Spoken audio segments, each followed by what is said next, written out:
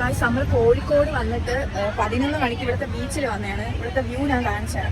Hello guys, അങ്ങനെ കോഴിക്കോട് വിശേഷങ്ങൾ പറഞ്ഞാലും തീരുന്നില്ല ഗായ്സ്. സോ നമ്മൾ ഫേമസ് ആയിട്ടുള്ള കോഴിക്കോടൻ കല്ലുമ്മക്കായ് കഴിക്കാനാണ് വന്നത്. വേറെയും കുറേ സംഭവങ്ങളുണ്ട്. നമ്മൾ കല്ലുമ്മക്കായ് ഫസ്റ്റ് ട്രൈ ചെയ്ത് നോക്കി. ആക്ച്വലി ഇതെങ്ങനെ തിന്നണമെന്ന് പോലും എനിക്ക് അറിഞ്ഞുകൂടായിരുന്നു. ഞാൻ ഭയങ്കര കൺഫ്യൂസ്ഡ് ആയിരുന്നു. നമുക്ക് ഒരു ഉണക്കമീനിൻ്റെയൊക്കെ ടേസ്റ്റ് ഉണ്ടായിരുന്നു. ആൻഡ് ഇതിന്റെ ഷെല്ല് നമുക്ക് തിന്നാൻ പറ്റില്ല. ഞാൻ ഷെല്ല് ഉൾപ്പെടെയാണ് കടിച്ചു നോക്കിയത്. എന്ത് ചെയ്യാൻ, വിവരമില്ലാത്ത പൈതങ്ങൾ. ആൻഡ് ഇവരുടെ ഉപ്പിലിട്ടത് അത് ബീറ്റ് ചെയ്യാൻ ലോകത്തിന് ഒന്നിനും സാധിക്കില്ല.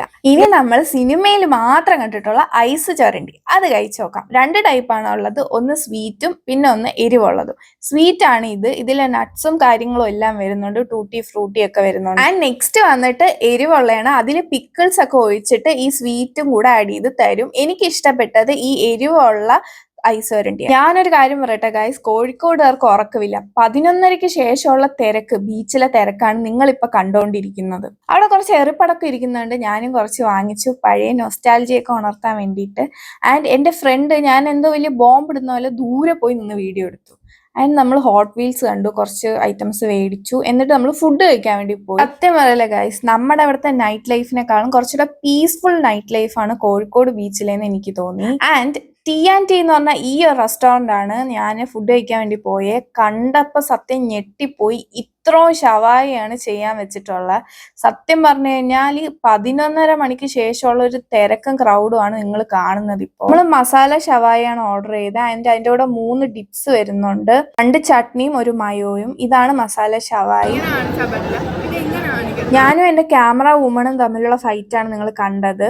ആൻഡ് ഈ ഞാൻ എടുക്കുന്ന സാധനം സാലഡ് ആണ്. ചെറിയ പഴുത്ത മാങ്ങ സാലഡ് ആക്കി വെച്ച് തന്നെ നല്ല ടേസ്റ്റ് ഉണ്ടായിരുന്നു. This is the game changer masala shawaya. ഒട്ടും എക്സ്പെക്ട് ചെയ്യാതെയാണ് മേടിച്ചെങ്കിലും ഒരു കിടിലൻ സാധനം ഗൈസ്. മസാലയിൽ കുളിപ്പിച്ച് കിടത്തിയിരിക്കുകയാണ് നമ്മുടെ ഈ ഷവായി കുട്ടനെ. ഈ മസാല ഷവായി സെർവ് ചെയ്യുന്നത് നല്ല ചൂടായിട്ടാണ്. വായിൽ വെക്കുമ്പോൾ തന്നെ ബ്ലാസ്റ്റ് ഓഫ് ടേസ്റ്റ് ആണ്.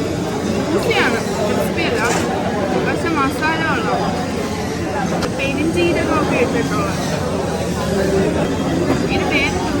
സത്യം പറഞ്ഞ ടേസ്റ്റ് കാരണം ഫുഡിന്റെ പേര് വരെ മറന്നുപോയി. അത്ര കിടിലായിരുന്നു. നമ്മൾ കോമ്പിനേഷൻ ആയിട്ട് അറബിക് റൈസ് ആണ് മേടിച്ചത്.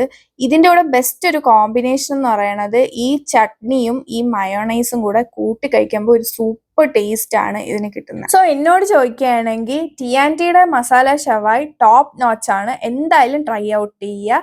അപ്പൊ ഇന്നത്തേക്ക് അത്രേ ഉള്ളൂ.